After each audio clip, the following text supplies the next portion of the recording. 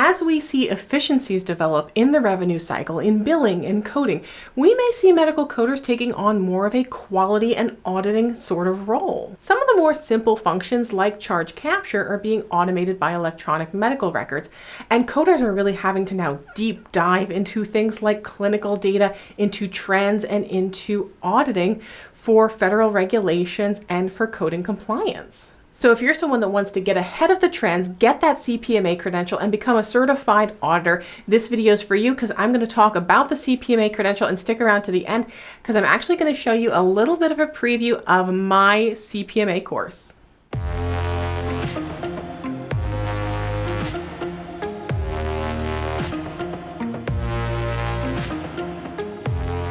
Hey everyone, I'm Victoria. I'm a medical coder, auditor, educator, and content creator, and on my channel I provide tips, tricks, and tutorials to help you be successful in a medical coding career.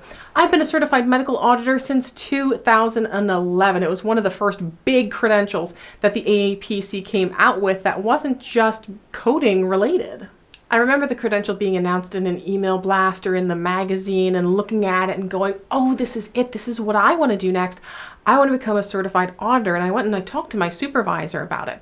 Now, it took a little while until I actually got that credential, so it was maybe 2 years later. But at the time, most coders only had their CPC. So it was a big thing that I had a second credential, and actually now have quite a few more.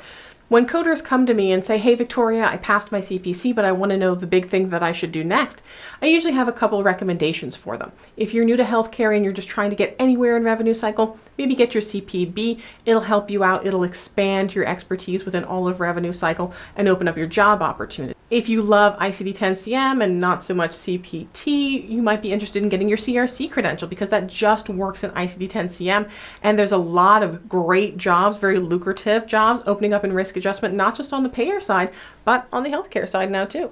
But if you're that person who really wants to be the regional expert, know all the guidance and regulations and how to look up all of the different coding guidelines, and the go-to person that people go to, and you can go toe-to-toe with providers, you're probably going to want to get your CPMA credential. The CPMA credential is really tough, and it's much more beyond just coding.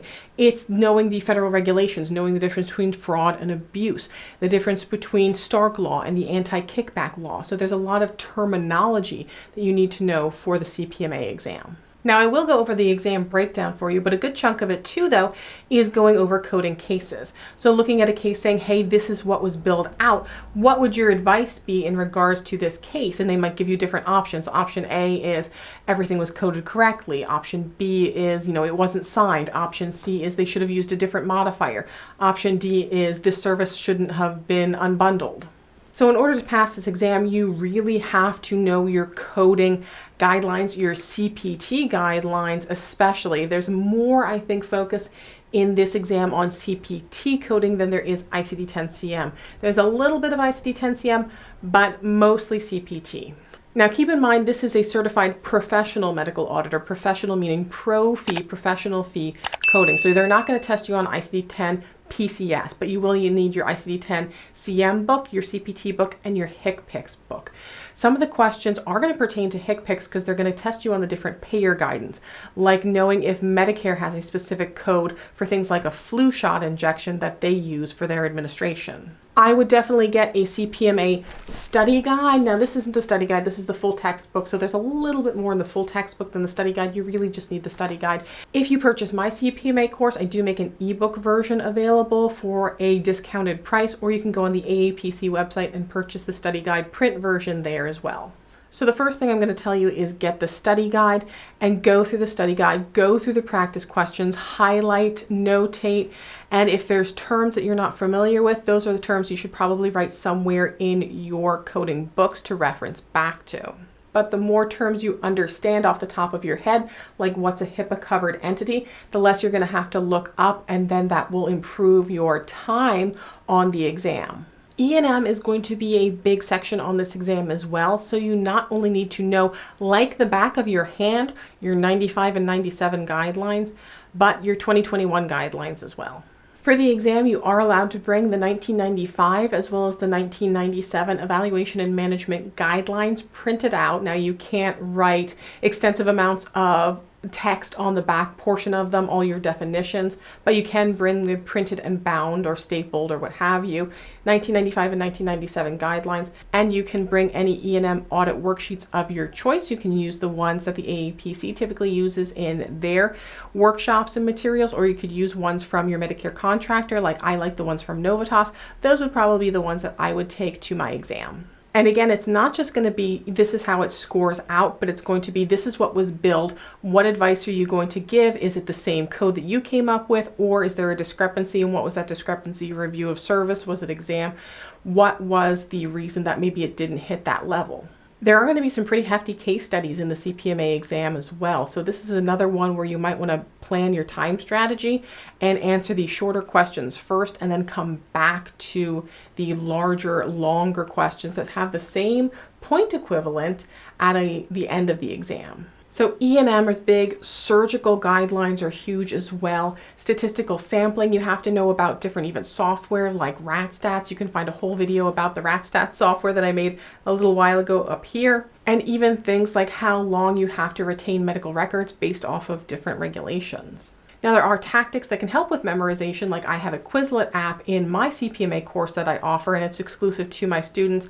And actually, let's go through what's in the exam, and then I can show you a little bit of a preview of my course and how that might help you.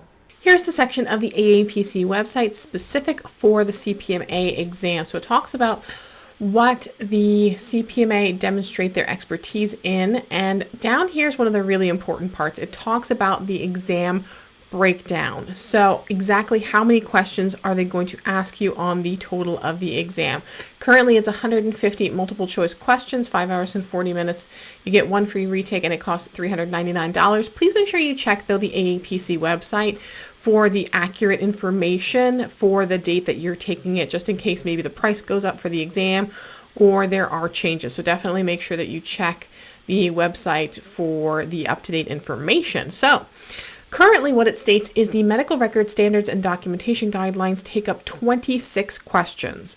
What they're going to test you on is the medical record, HIPAA, covered entities, privacy regulations for HIPAA, as well as the release of information, J-code documentation standards, record retention, the advanced beneficiary notification, legal requirements of the medical record, including things like retention, how long you have to keep medical records and what types of medical records have to be kept for how long based off of what regulations, and then analyzing the operative report.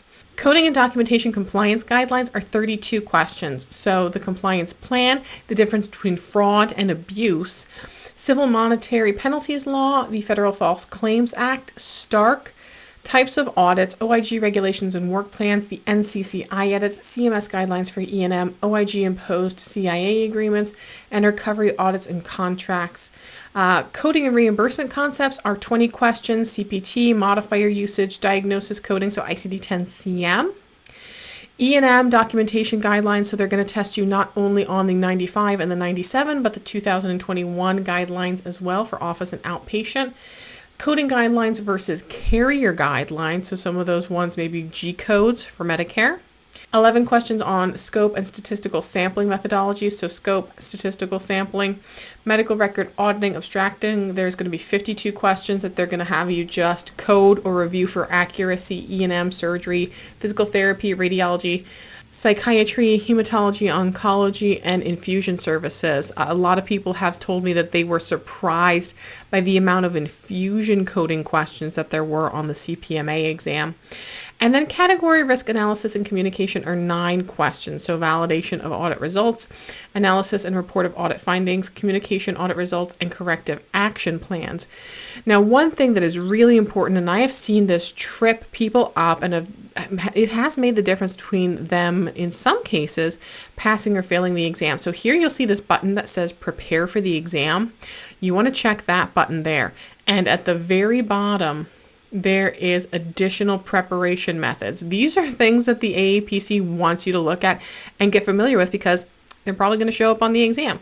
So things like ABNs, the CERT audits, corporate integrity agreements, HIPAA, Joint Commission standards. So these are the exact links that have material that they might pull for the question banks for the exam. So don't skip these. Again, you don't have to memorize all of the Joint Commission standards, but you should be familiar with the basics of them.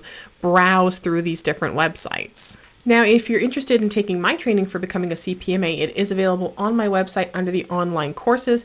It is the Certified Professional Medical Auditor course, and it is $499. You can actually take 20% off if you use this coupon code CPMA20.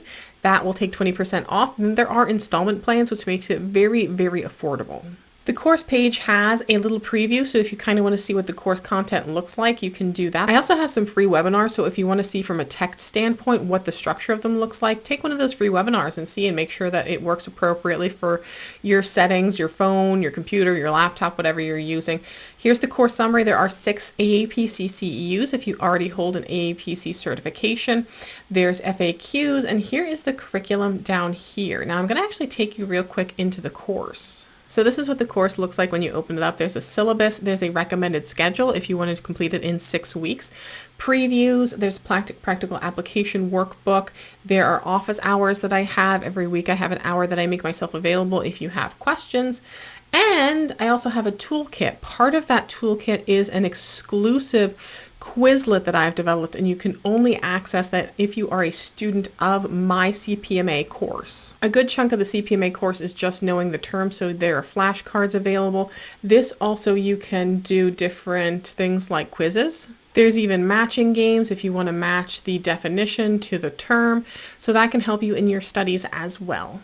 So this is the official AAPC curriculum, but it's been adapted for my specific purposes for my students. I've added in all kinds of different demonstrations, like showing you how to go through the CMS website and find the NCCI edit, so you can find all kinds of great information there. If you're still not sure, you can actually go to my website, contempocoding.com. I have a free webinar. It is 1 CEU if you are already AAPC certified, called The Secrets of Successful Auditors, and you can find more information about becoming an auditor there. And again, you can use this coupon code for 20% off my CPMA program. I also offer the study guide in an ebook version at a very discounted rate. So that's the exam breakdown and the review of my course. Again, you're going to need to know E&M. You're going to need to know your surgical guidelines, a lot of different terms. So study guides are an absolute must. You need to read through them. You need to do those practice cases.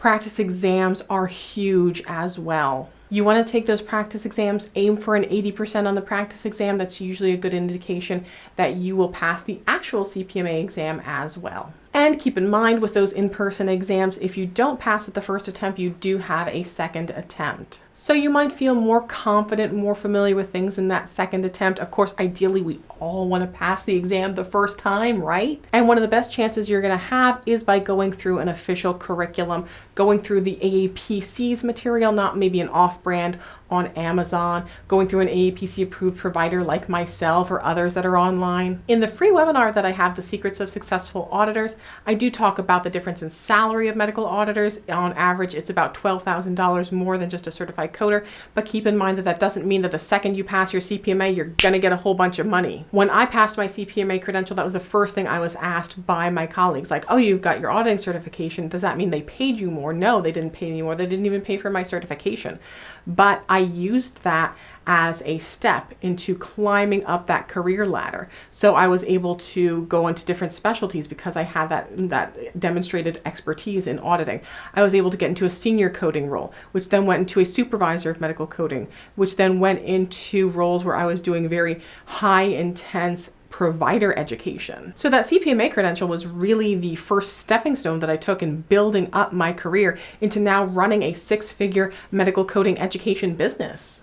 So if you've taken the CPMA exam and you have some advice for examinees, definitely let me know in the comments below. Or if you're a little nervous, there's something holding you back, I'd love to know what that barrier is too. So definitely drop those comments. I will see you guys in the next video. And until then, you just keep on coding on.